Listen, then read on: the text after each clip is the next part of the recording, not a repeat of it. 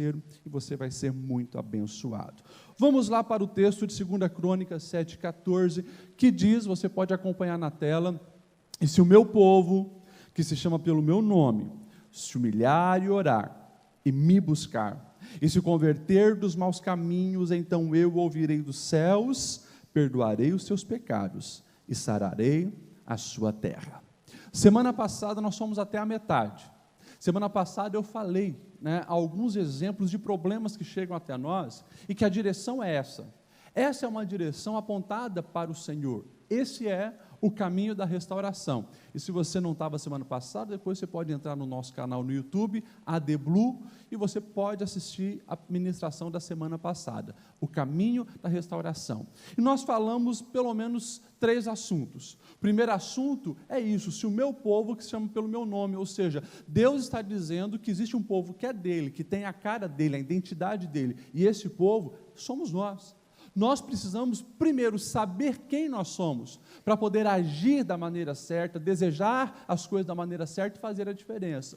E nós também daí falamos sobre a maneira prática. Primeiro, se humilhar, uma coisa difícil hoje, uma palavra que causa aversão. Se eu perguntar aqui quem gosta de ser humilhado, ninguém vai se manifestar.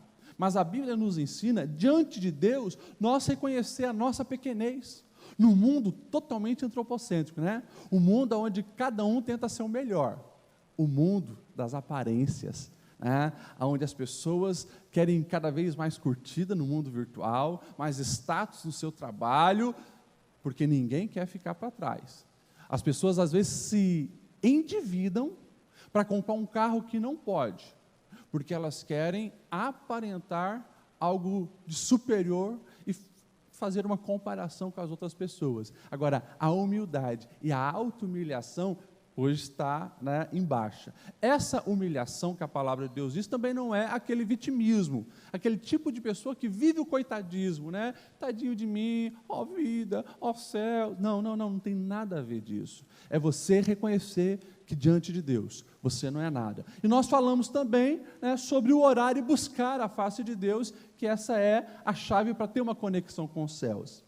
E daí hoje nós vamos entrar num dos assuntos mais difíceis. Há umas 4 semanas atrás eu falava aqui, na época da Reforma Protestante, que Lutero, quando ele traduziu a Bíblia do alemão, porque a Igreja Católica naquela época não queria que o povo tivesse contato com a palavra de Deus, e Lutero colocou no coração dele: eu preciso fazer com que as pessoas saibam o que está escrito nesse livro. E ele traduziu a Bíblia para o alemão, e ele falava assim: a Bíblia, ela precisa ser numa linguagem tão fácil, que é como um pai falando ao seu filho. E daí eu peguei o gancho de Lutero e eu disse aqui para os irmãos: o pai, ele fala com o filho de várias maneiras. Às vezes o pai incentiva o filho quando ele está desanimado. Quando o filho cai e se machuca, o pai consola com as suas palavras. O pai muitas vezes dá orientação dizendo como que se faz as coisas, mas o pai de vez em quando dá bronca. O pai de vez em quando puxa a orelha. O pai de vez em quando pega a vara. É ou não é? Pois é. Então, hoje, o pai vai dar uma dura. O pai vai dar uma correção, uma exortação, mas é a palavra de Deus para endireitar as nossas veredas e nos colocar no rumo certo. Os filhos estão abertos para ouvir o que o pai quer dizer? Amém? Diz assim então, o versículo, a continuidade do que nós estamos lendo, E se converterem dos maus caminhos, Essa é a versão Almeida que deixa bem claro: e se converter dos seus maus caminhos. O que é converter? Eu trouxe algumas outras traduções em português. A NVI, que é a Nova Versão Internacional, vai dizer: afastar dos maus caminhos. A NTLH, a nova tradução da linguagem de hoje, vai dizer assim: e se arrepender e abandonar os seus pecados. A Mensagem diz assim: abandonar os maus caminhos.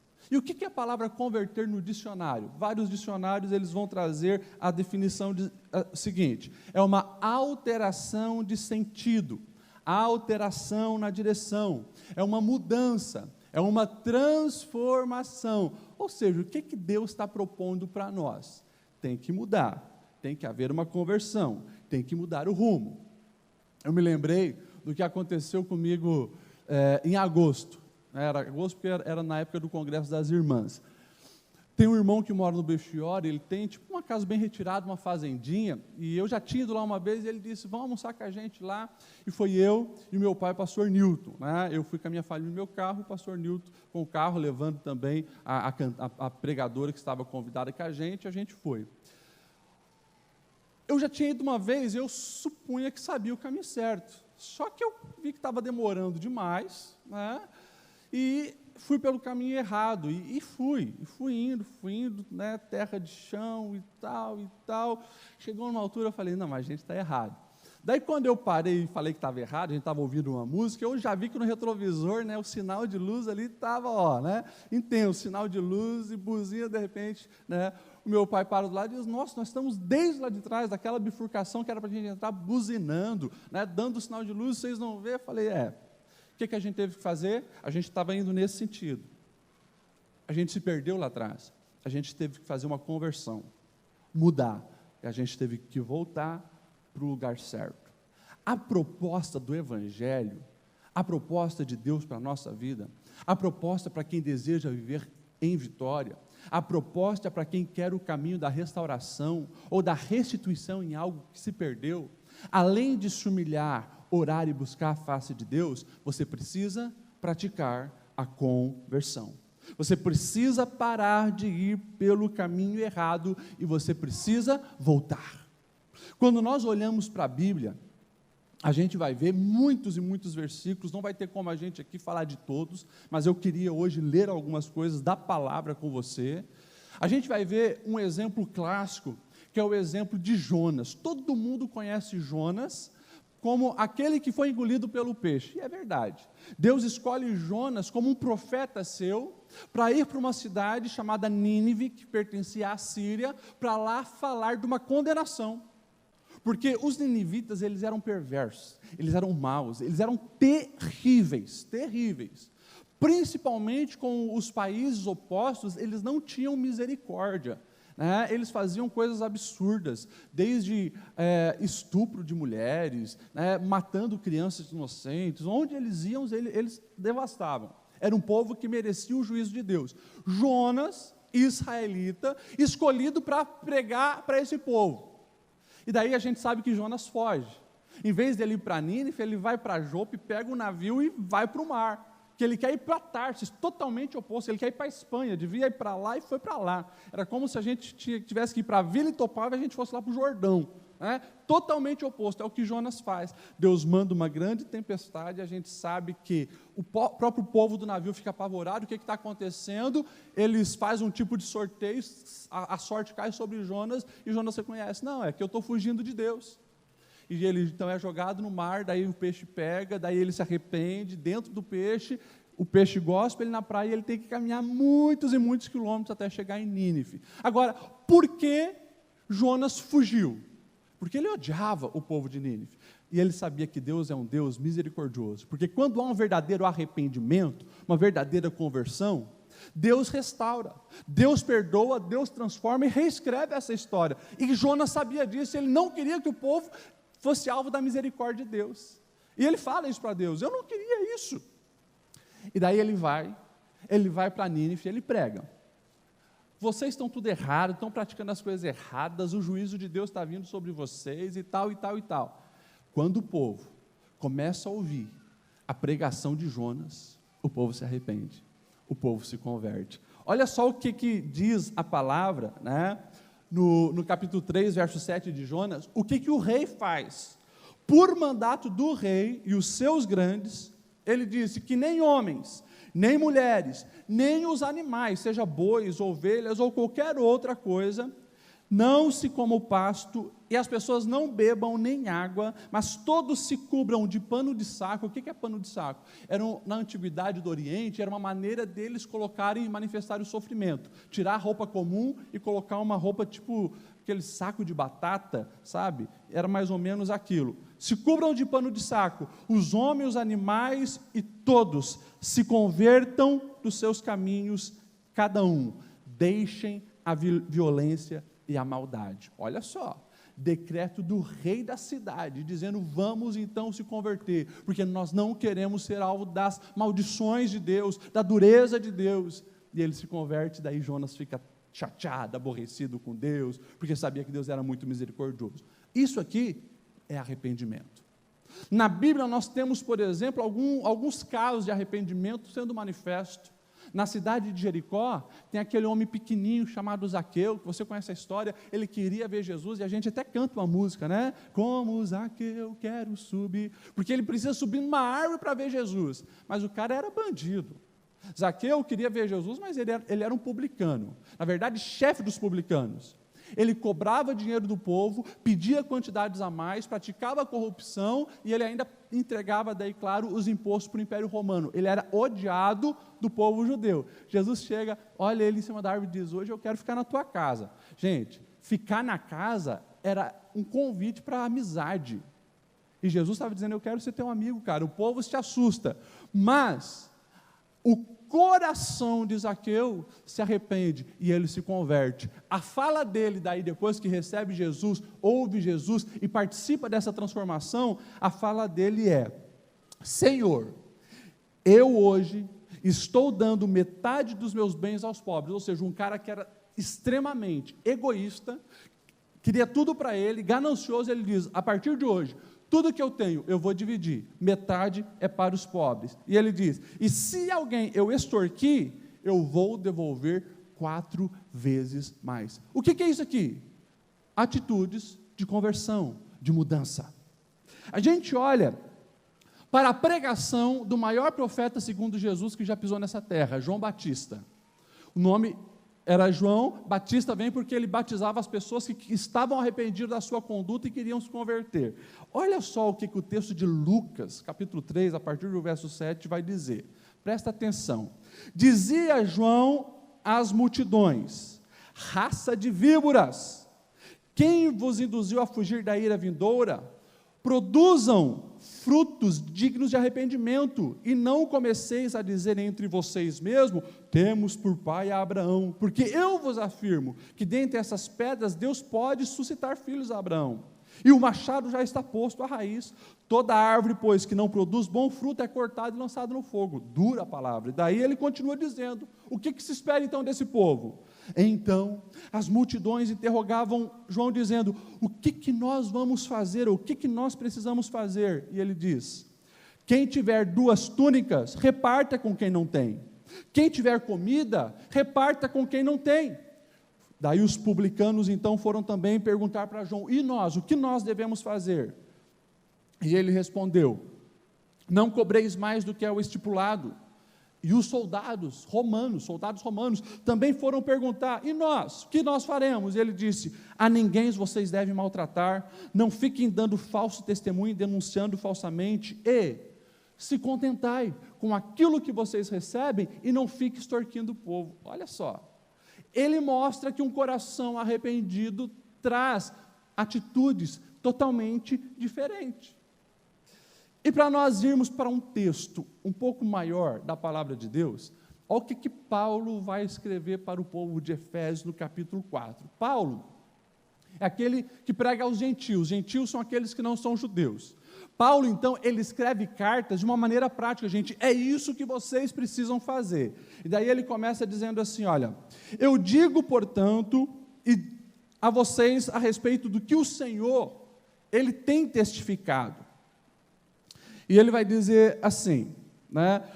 Deus em justiça e retidão tem se manifestado, por isso, o que vocês precisam fazer? Deixem a mentira, fale cada um a verdade com o seu próximo, porque nós somos membros uns dos outros, irai-vos, mas não pequeis, não se ponha o sol sobre a ira de vocês, e vocês não devem dar lugar ao diabo.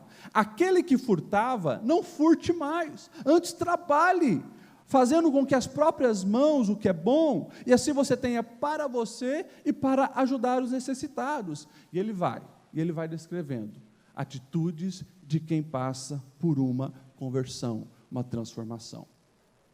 Pastor Ediel, o que isso tem a ver comigo e contigo?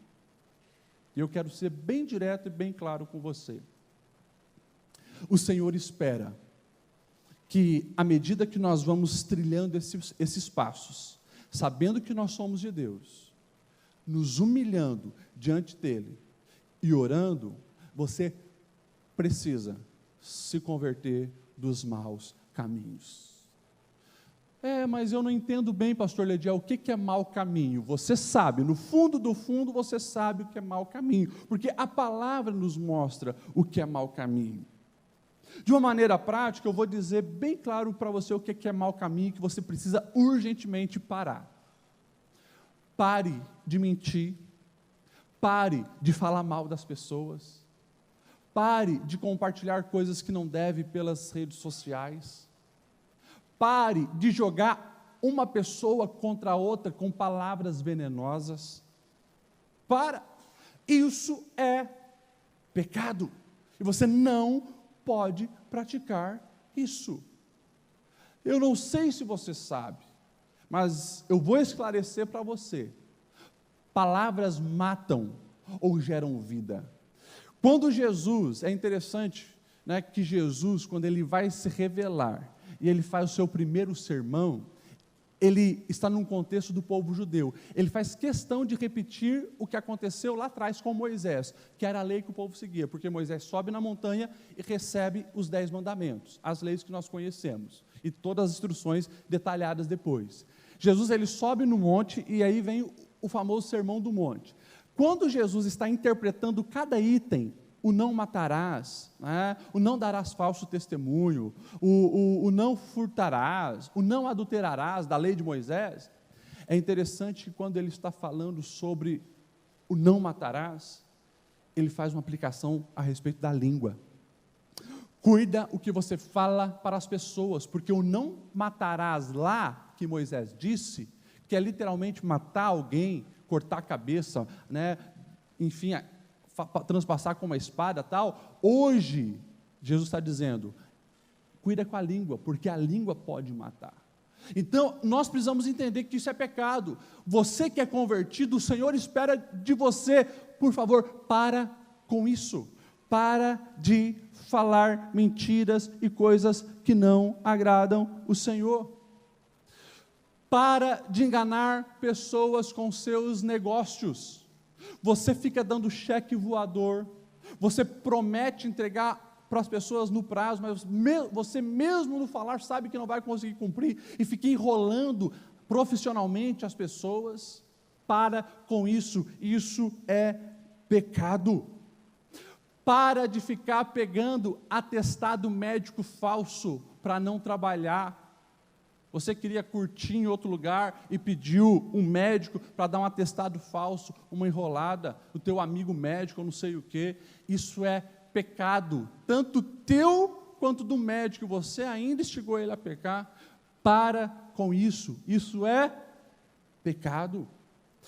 Para de reclamar de tudo.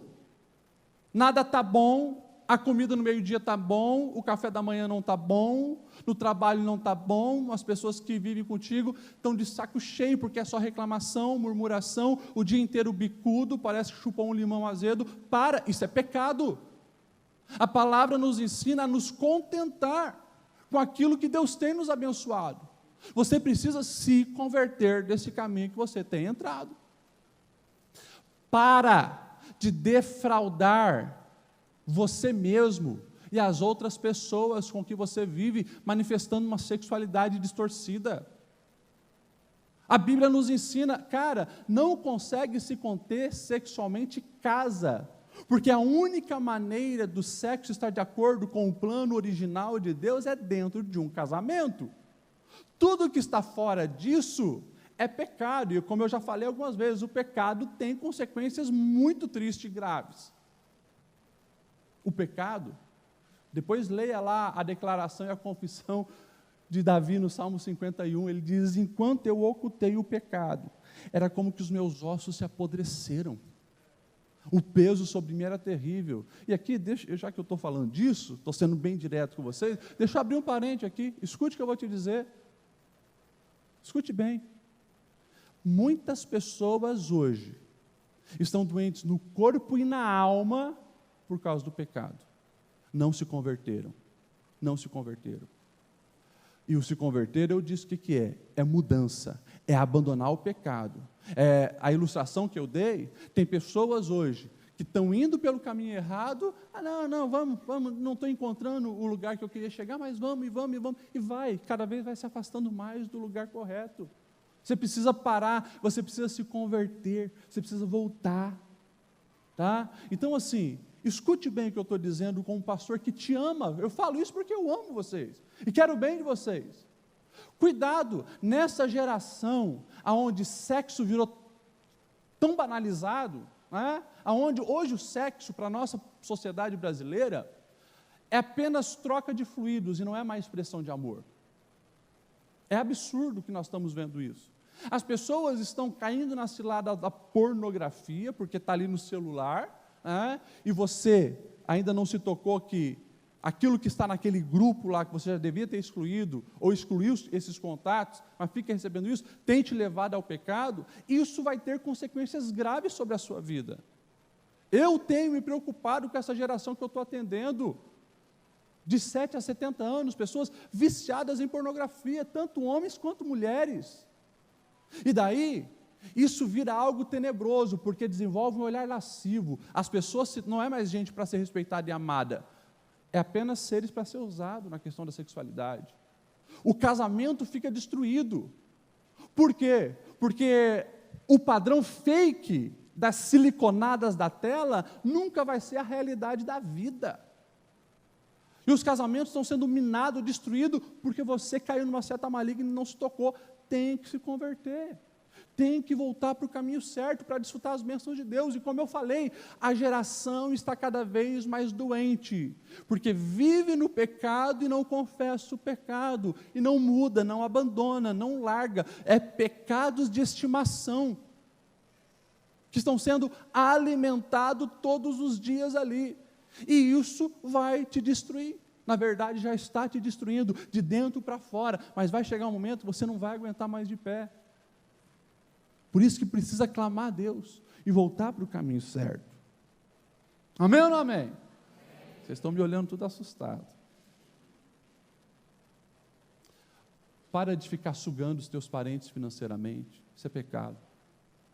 Converta disso. Filho, você está com 25 anos. Você pode trabalhar, tem um monte de oportunidade de emprego, mas você quer ficar o dia inteiro jogando videogame, porque o papai e a mamãe estão pagando a tua conta e lavando a tua cueca, né?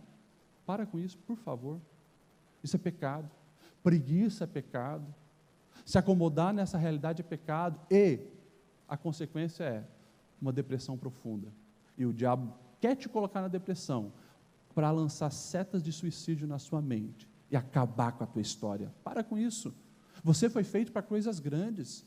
Você pode alcançar coisas inimagináveis, mas você precisa aceitar a proposta de Deus para a sua vida. Então pare com esse caminho que você está indo. E deixa eu falar algo mais nesse sentido.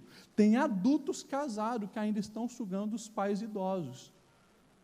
A aposentadoria deles já é pouca para eles, e você fica sugando. E digo mais, você fica ainda colocando o teu pai, a tua mãe idoso contra os teus irmãos adultos já, porque você está com interesse financeiro lá na frente sobre a vida deles. Isso é pecado. Isso é pecado. Meu Deus, pastor Lediel, você está falando do quê? Eu estou falando das realidades do gabinete pastoral, que é o que a gente enfrenta todos os dias. A gente tenta ajudar, resolver, mas é a realidade da vida. Pecado não é brincadeira. Ele vai acabar te destruindo e te matando. Por isso, a proposta de Deus: converta dos maus caminhos, abandone os maus caminhos e vamos praticar aquilo que a palavra diz. Daí eu posso dizer que a vitória vai ser completa, porque dá uma olhada no resultado de quem pratica isso. Se você saber quem você é em Deus, você se humilhar diante dele, orar e buscar o Senhor, e se converter dos maus caminhos, abandonando o pecado, não é o Lediel que está falando, não é o pastor Aguiar, não é ninguém aqui, é promessa de Deus, e você pode ter certeza que isso vai acontecer. Se você fizer isso, Deus te garante que Ele ouvirá dos céus, perdoará os seus pecados e vai sarar a sua terra. Isso nós queremos, isso nós desejamos, e é isso que nós precisamos viver sim. Uau, olha que coisa maravilhosa, o Senhor está dizendo, eu ouvirei dos céus. Espera aí, mas teve um momento que Deus estava surdo? Teve um momento que Deus não estava escutando as minhas orações? É isso mesmo.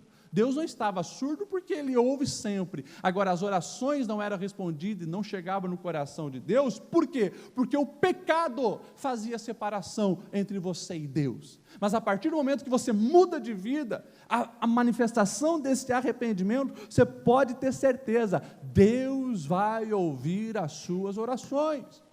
E aqui eu já respondo dúvidas de algumas pessoas que me procuram, pastor Lediel. Eu não sei o que acontece, eu até tenho orado, mas parece que, Deus não está nem aí para mim. Não é que Deus não está nem aí para você, é que você não está nem aí para os mandamentos do Senhor. E daí não vai acontecer mesmo. As coisas não vão dar certo.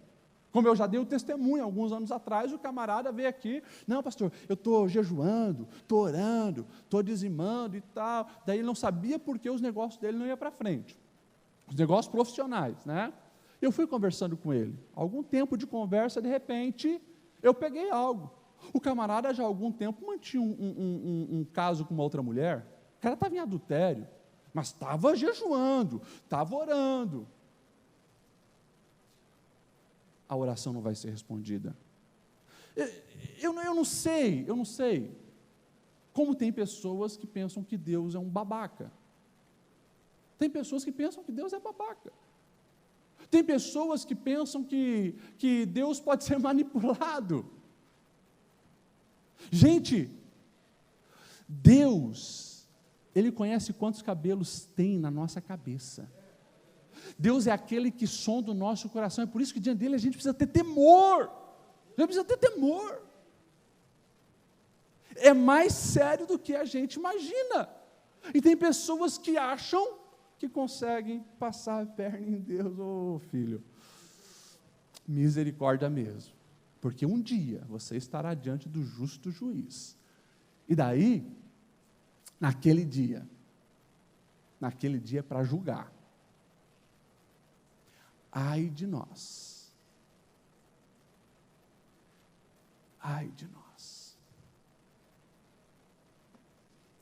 O texto diz, então eu ouvirei dos céus, perdoarei os seus pecados. Olha isso, gente, alívio para a alma, restauração de vidas, daí sim a vitória acontece, Eu me lembrei quando eu estava lendo isso aqui, de quando Josué, eles conquistam a cidade de Jericó. Você conhece a história, as voltas no muro de Jericó e os muros caem, a gente faz até musiquinha disso, né? Vem com Josué lutar em Jericó. Pois é, Deus disse, o que está dentro dessa cidade é amaldiçoado, não peguem nada, só que teve um camarada, que botou o olho em umas túnicas, nos negócios, ele disse, já sei, eu vou pegar para mim, vou negociar isso, mas é meu, ninguém vai ficar sabendo.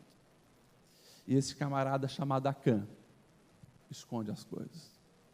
Uau, que vitória! Jericó era uma das cidades mais poderosas da época, os muros intransponíveis, famosa sobre isso. Daí, tem uma cidadezinha pequenininha ali chamada Ai. Nem precisa mandar todo o nosso exército de Israel para lá. Manda uns 3.000 homens que está bom, eles vão fazer uma farra lá. E lá vai. O povo que tinha destruído a grande Jericó, o povo que tinha alguns anos atrás saído lá do Egito, não, esse povo é muito poderoso. E eles vão para Ai, 3.000 homens. Eles recebem uma surra. Alguns que sobrevivem têm que sair fugido. E daí Josué fica apavorado. O que está acontecendo? Olha só, Josué, homem de Deus, o que está acontecendo? O que deu? Deus, e foi orar, Deus, o que está acontecendo? Nós destruímos Jericó e aquela cidadezinha botou a gente para correr. Daí Deus diz, olha, tem pecado no meio do povo. E quando tem pecado no meio do povo, a vitória não vem. E Deus diz, faça aí as orações e os sorteios que eu vou mostrar quem é, e vai até que chegue em Acã, e esse é exterminado pelo Senhor. Um camarada trouxe sangue para a nação, porque estava com pecado oculto. Deixa eu agora trazer uma aplicação para a nossa realidade aqui. Escute isso.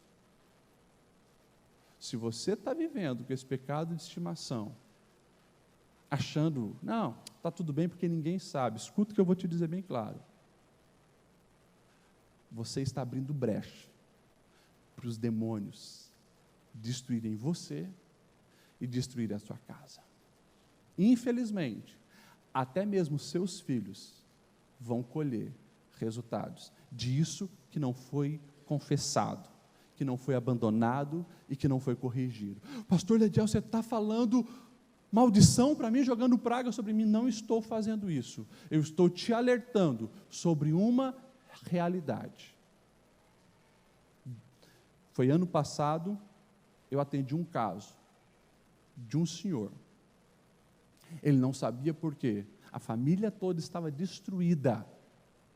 E ele disse que não sabia porque havia uma maldição na questão da sexualidade pervertida na família. E conversa vai, conversa vem. Até que ele confessou que lá atrás, há muitos anos, ele mantinha caso extraconjugal com várias mulheres, a esposa nunca desconfiou, e foi tempo passando, vieram os filhos e tal, nunca confessou, e achou que estava tudo bem. Quando tem pecado, nada está bem, isso precisa ser confessado, isso precisa ser mudado, haver a conversão, porque daí a promessa de Deus é, o coração contrito e arrependido, de maneira alguma rejeitarei, diz o Senhor. Daí há a restauração que nós estamos esperando. Então, gente, é coisa séria, e a gente precisa ter um cuidado. E depois o texto vai dizer, e sararei a sua terra.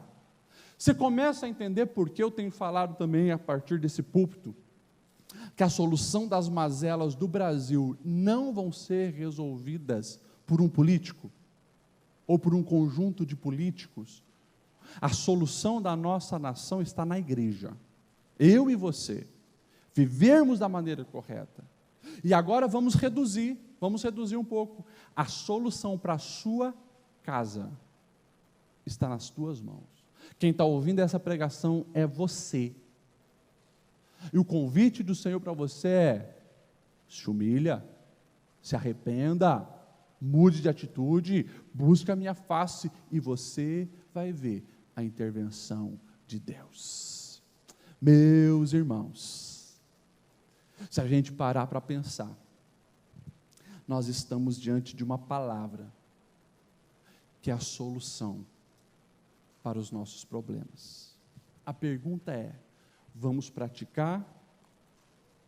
Ou vamos, mais uma vez, memorizar um versículo, sair em casa falando, nossa, a palavra foi uma benção, mas só isso, sem colocar em prática. A gente precisa colocar em prática, se nós queremos viver a bênção do Senhor completa sobre as nossas vidas. Vamos se colocar em pé.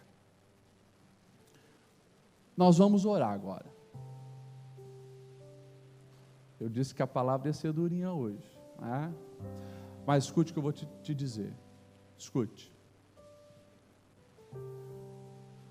A restauração vem a partir do momento que a gente faz o diagnóstico mesmo. Você nunca vai ver um médico medicar algo que ele primeiro não diagnosticou o que é. Primeiro encontra o erro. Depois, o remédio. E o resultado é a cura. Para de terceirizar ou de generalizar aquilo que você sabe que tem nome e precisa ser confessado. Ah, Deus perdoa os meus pecados, amém. Fala para Deus o seu pecado. Fala para Deus o que precisa ser convertido na sua vida. São os seus olhos? É a tua língua? É os teus pensamentos? É esse coração endurecido? O que é? Você está alimentando ódio por alguém? Você está manifestando desejos indevidos por alguém? Você já comprometeu alguns relacionamentos por causa da língua? Pois é, confesse isso ao Senhor. O Senhor, Ele é misericordioso para aqueles que com sinceridade de alma se abrem para receber o seu perdão.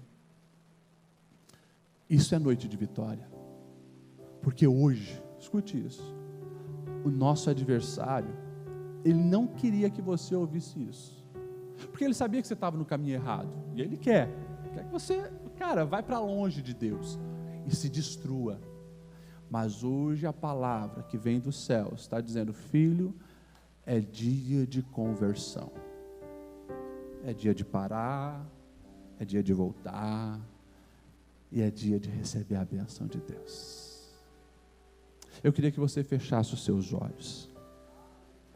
Se há alguém aqui que deseja receber uma oração aqui na frente, você diz: não, eu preciso hoje, eu preciso mudar de vida, eu quero ir para frente, vem, também não tem problema, você pode vir que nós vamos aqui colocar a mão sobre você.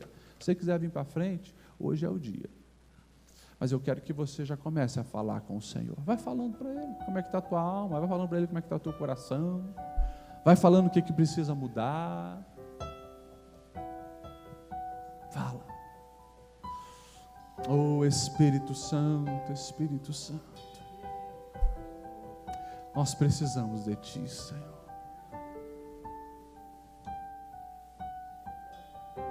Nós precisamos de Ti, Senhor. Dissipa a maldade que tenta nos dominar todos os dias. Dissipa as forças contrárias que têm enganado. Dissipa a cauteração de mente que tem impossibilitado essa pessoa de enxergar a verdadeira realidade que vai além dos olhos biológicos.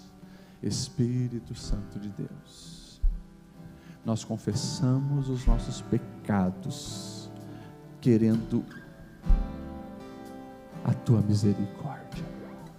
Deus, em nome de Jesus, eu clamo pela Tua igreja, Senhor, que aqui ora, que aqui se derrama, que aqui se entrega, e que aqui pede, Senhor, pela manifestação da Tua graça e misericórdia sobre nós. Nos arrependemos dos nossos pecados, falados, feitos, pensados. Nós nos arrependemos, Senhor, do estilo de vida que temos vivido, que não condiz aos Teus princípios, seja em família, seja no trabalho, seja na vizinhança, seja na igreja, seja na parentela. Em nome de Jesus pedimos a Tua purificação e a Tua restauração sobre nós. Restaura-nos, Senhor, em Ti. Restaura-nos, Senhor, em Ti. Nós precisamos, Senhor, que os Teus olhos estejam sobre nós, nos sondando e gerando em nós retidão, tirando toda a maldade da nossa vida. Nós queremos Te agradar, Senhor, com o nosso viver, com o nosso pensar, com o nosso falar.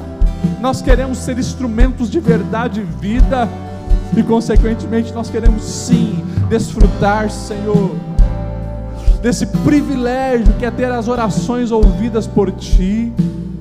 Desfrutar, Senhor, do perdão dos pecados que alivia a vida e façam que a caminhada, inclusive aqui na terra, seja leve.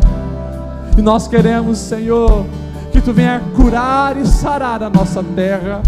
Se depender de nós, Senhor, que a nossa família esteja sarada.